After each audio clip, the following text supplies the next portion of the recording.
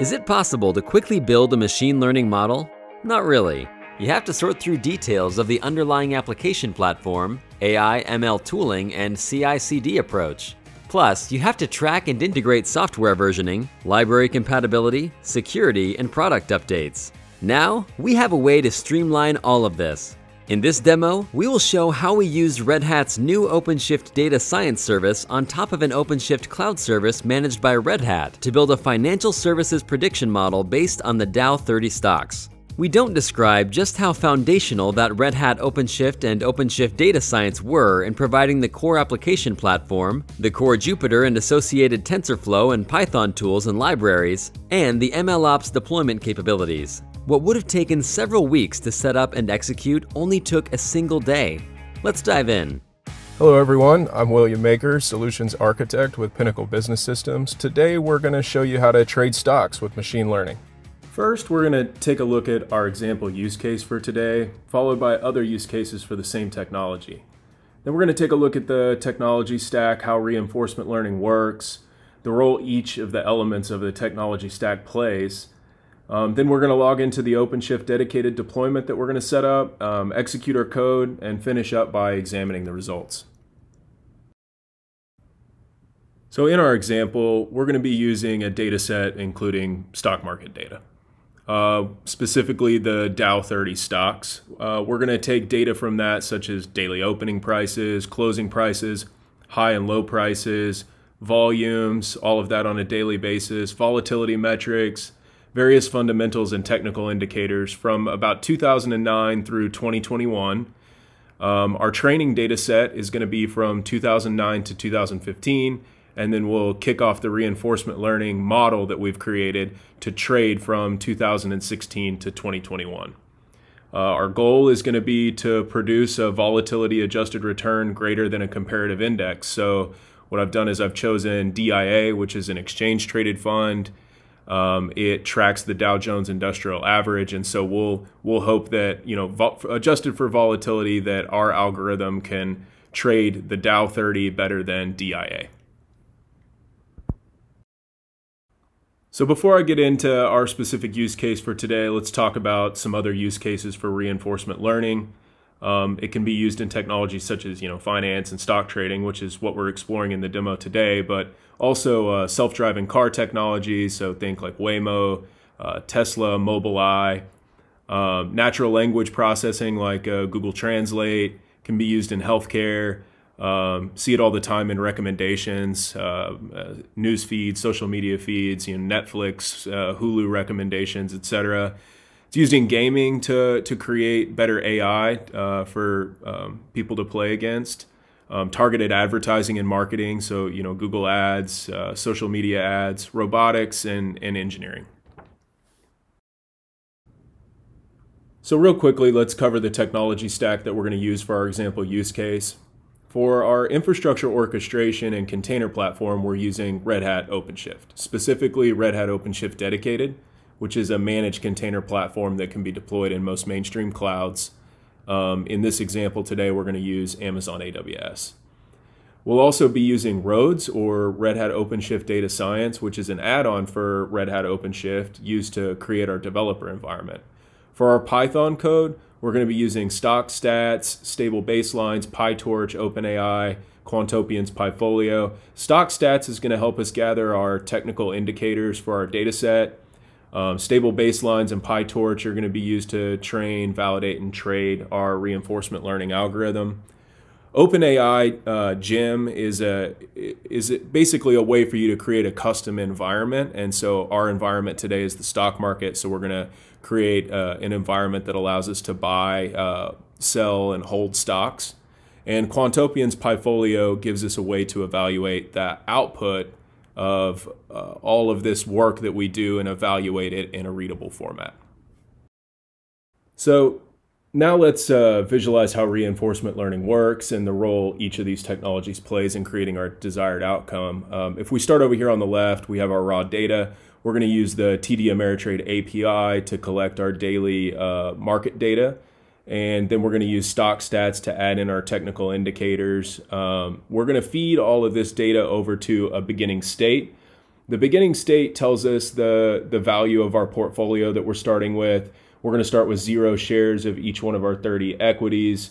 And it's going to have all the information on our very first training date, which would be the first trading day, I believe January 2nd of 2009.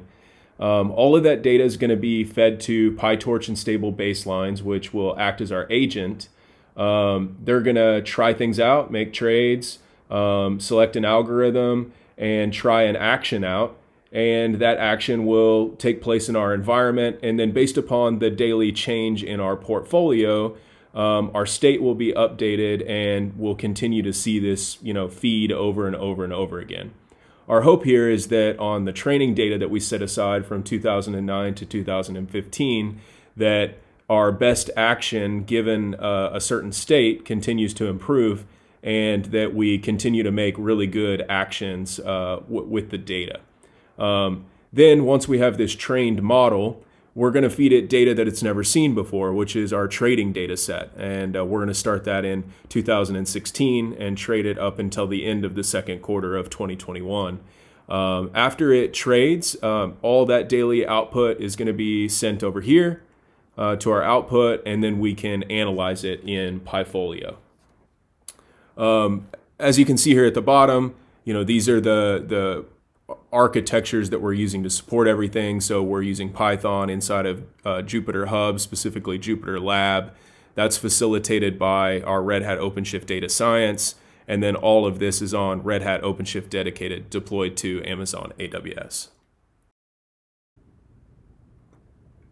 Now let's take a look at our Red Hat hybrid cloud console. So here we can see that we're on the OpenShift tab of the cloud console. We can see that I've deployed an OpenShift demo lab.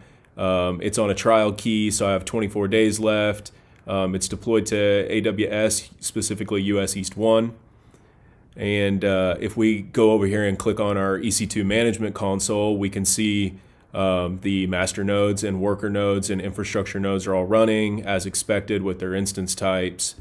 Going back over to the management console here, we can scroll down to and click on OS Demo Lab.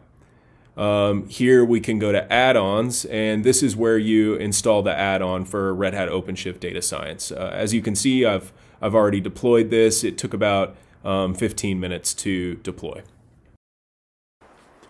So now that we've verified that everything's installed properly, we can go click on Open Console. We see our OpenShift dedicated console. On the left side, we can select the drop-down box to switch into the developer view. We can see that our Red Hat ODS application is already selected. If it wasn't, we could select it. We can then open the dashboard. This gives us access to the Jupyter Hub, which we can launch.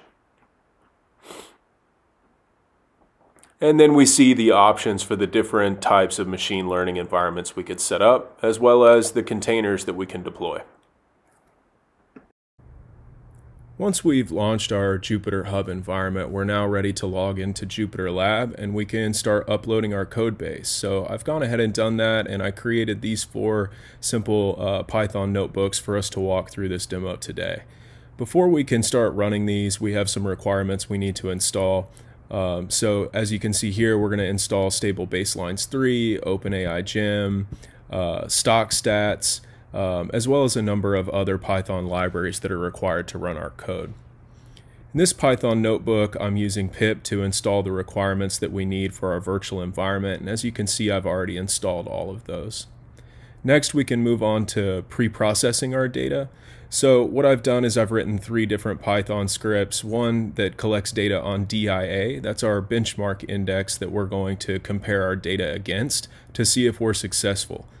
Next, I've created a Python script that collects data on these 30 stock symbols, and then we're going to collect information on the VIX. So let's take a look at this really quick and show you the results. So this is for the DIA benchmark index that we're going to use to compare our data, and we can see we've collected the closing price, the opening price, the high and the low adjusted for splits, as well as the volume from January 2nd of 2009 through September 10th of 2021. I know that the Volatility Index is used to measure volatility against the S&P 500, but what we're trying to do is create some sort of metric that we can feed into our states that change daily, so that as our reinforcement learning trains, it can understand the relationship between this volatility index and the stock prices that we're trading here. So if we take a look at the data collection for our 30 stocks, we can see we're calling the TD Ameritrade API against these 30 stocks, and then we're collecting the data 10 years at a time, which is the maximum that the TD Ameritrade app allows. So we have a start date and an end date here, another one here, and then we're writing all of that out to a comma delimited file called dow.csv. If we take a look at dow.csv, we can see that we're collecting the date, the ticker symbol, all of the data that we went through before, and we're collecting that through September of 2021. Once we've done this, we can run stock stats against it and finalize our data set. So here's a look at the finalized data set that we're going to be working with today. I'll scroll down a little bit so we can see we're here 2013, March 22nd. Here's American Express. It was trading at 66.22 adjusted for splits that day. The opening price, the high price, the low price, the volume. Then we can see the metrics that stock stats added for us. So we've got moving averages, RSI, as well as the volatility index for that particular day. We can see volatility was relatively low at the time, in the 13 range. Quickly, let's go over the states. So as I mentioned earlier, the state changes daily, so I've just pulled a random state here. This first value is the amount of cash that we have in our portfolio. So we're starting our portfolio with $1 million. So we're holding some stocks at this point because we're down to 241K in cash. These next 30 lines are the closing stock price at the end of this trading day for our 30 equities. And then below that, we can see the number of shares that we own, as well as all of the other metrics that come from our final data.csv file. Next, we can look at our rewards file. This is an example file I put together for you. We're trading on a quarterly basis, so there's 252 trading days in a year, so we're breaking the quarters up into 252 over 4, which is 62-day metrics. And we're calculating the reward at the end of each trading day. A positive reward means that the agent took good actions, and a negative reward, like the second day of trading in this particular quarter, means that the agent didn't take the appropriate actions. So it will learn from that, and the training will improve, and it will try and do better in the future. We also need to track the daily results of our portfolio. So if we started our portfolio with $1 million, this is the file I pulled for the first quarter. We can see that we started with $1 million on day 0, and then on the first trading day, we ended with a profit of $7,167. So we can track the portfolio values as we trade through quarters. The next step is going to be to go ahead and kick off our reinforcement learning algorithm. So we'll pivot over to here. I've written this in rl.py in my code base. We're going to kick that off. It takes about 3.5 hours to run, and then we'll come back and show you the analyze piece. So it's been about 3.5 hours, and our rl.py has finished training, validating, and trading. As we can see here, it started off training from 2009 through the third quarter of 2015. It then validates on the fourth quarter of 2015, and the trading window starts to trade the first quarter of 2016. It started with a portfolio value of $1 million. We ended with a $58,000 profit with trading fees of $6,224, and we executed 1,623 trades. We can see it increments quarter by quarter, adding in the training data from the previous quarter to the data set so that we continue to make improvements, and then it trades through the full 5.5 years. So we see down here at the bottom, it took 199 minutes to run, and we finished with a total portfolio value of $1.7 million. So now we'll switch over to the Analyze tab. We can use Pifolio to then take all of our output data to then generate a tear sheet. I'm going to take all of this data and move it over into a PowerPoint because I think that that will look better on our screen. So I've moved all the images out of Pifolio into slides. We can see our start and end date. We traded for a total of 5.5 years. Our annual returns were around 11%, Sharpe ratio of 1.29, Sortino ratio of 1.93. We can also see our drawdowns over here. It looks like our worst drawdown was 9.8%. Then we can compare in green our trading algorithm versus in gray is our benchmark DIA. And we can see, that we're starting to sell off the portfolio here for an extended period of time. I think that by adding that VIX feature into our data set, the algorithm started to notice some volatility. Here we have the late 2018 market crash, and then here obviously is coronavirus. Here it starts to pick back up and start trading again, and then here recently it's decided to stop trading. When we compare it volatility match to our benchmark, we can see that we outperformed tremendously, which is a good thing. Down at the bottom, we can see our rolling Sharpe ratios. We started off really strong, started to go down, but overall our average was that 1.29 number that we saw above. We can also visualize our underwater plots and see that our worst drawdown period was here. And then this is also a useful view when you're back testing. You can see your monthly returns, annual returns of around 11%. We can see those 2 years where we didn't trade very much. Also, we can see our monthly distribution of returns and kind of analyze our results, make changes, and come back and try and do better next time. So thank you for watching my demo, and I look forward to sharing any updates on improvements that I make in the future. There you have it, a Dow 30 financial model built leveraging Red Hat OpenShift and the new OpenShift Data Science service. We hope this showed you just how quick and productive this process can be in building a model and deploying it. Feel free to reach out to Pinnacle Business Systems or try out the new OpenShift Data Science Developer Sandbox to learn more.